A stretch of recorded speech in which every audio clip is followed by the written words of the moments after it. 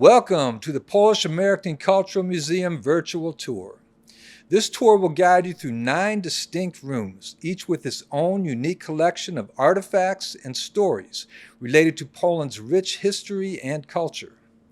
While on this tour, you can start and stop at any time within the room you're in, or feel free to close and move on to another room.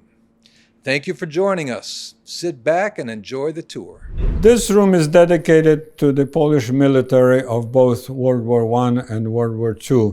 You see some of the posters over here that are on World War I down on this wall, and then World War II over here. The uniforms are the same thing, that you have uniforms that are from World War I and World War II.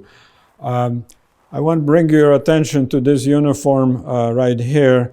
It was worn by an individual that lived in Cleveland and was in the Polish army during World War II. During World War II, Poland had the 4th largest army fighting on the Allied side. There was a large contingent of about 100,000 soldiers in Italy. And under this General Anders, and they fought at the Battle of Monte Cassino, Bologna, and Ancona, among others. I want to add that his daughter, who now is an ambassador of Poland in Italy, she visited our center twice.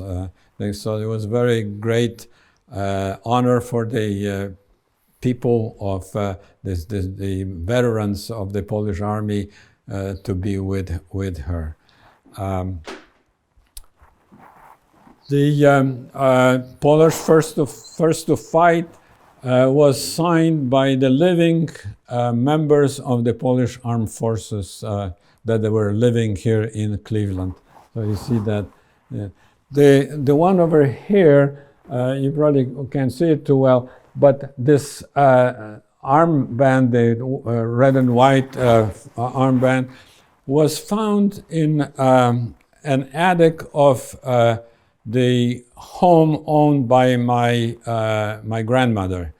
And my cousins, when they went into the attic, they found something like 24 armbands like that. Apparently during the war, they were in the underground, they were members of underground, and they were making, the ladies were making these armbands for the underground people of the Polish forces. So we're named after John Paul II, so you can see his life in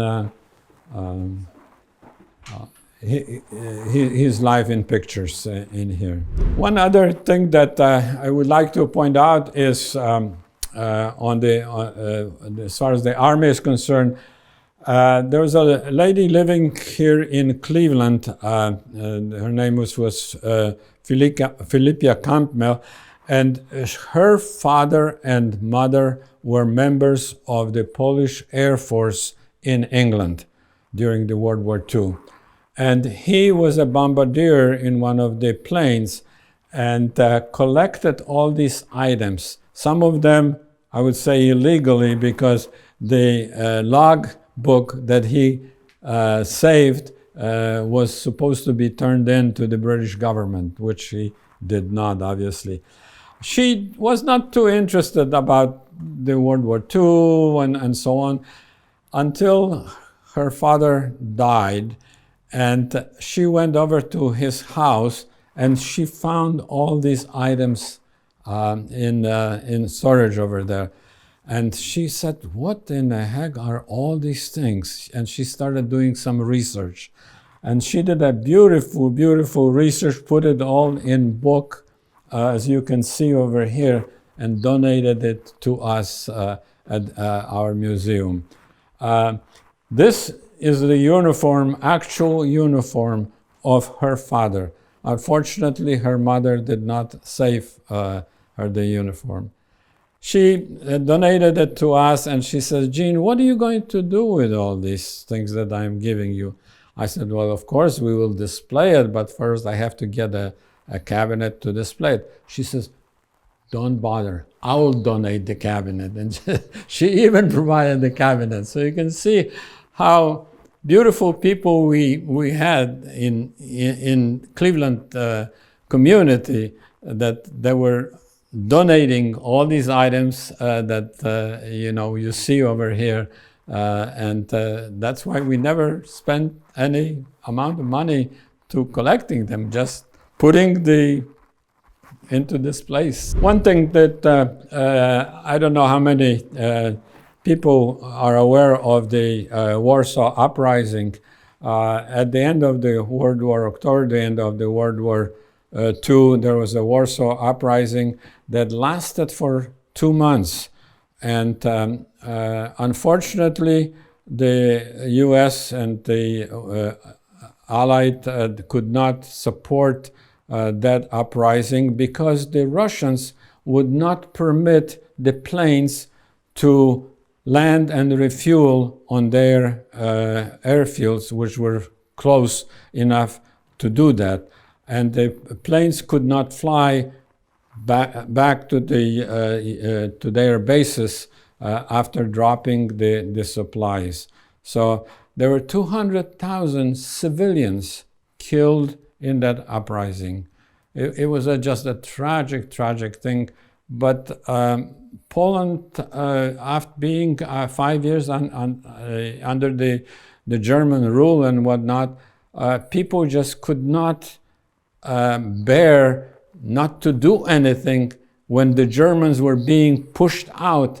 They thought that they'll take advantage of the situation and they will be the one that would free Warsaw from Germans. Unfortunately, that could not have happened because they just did not have enough, just like the Ukrainians today, they just didn't have enough equipment. They just didn't have enough arms to do that. So anyway, this is the general that was in charge of Warsaw at the time during the uprising. He visited Cleveland and left a picture with his signature with one of the people that were welcoming him in Cleveland. But anyway, this is the detailed map of the Germans and Polish positions in that uprising. So, Well, we hope you enjoyed the room, and there's a lot more to see. Feel free to continue the tour now or come back later at any time. There's another room right around the corner. We look forward to seeing you.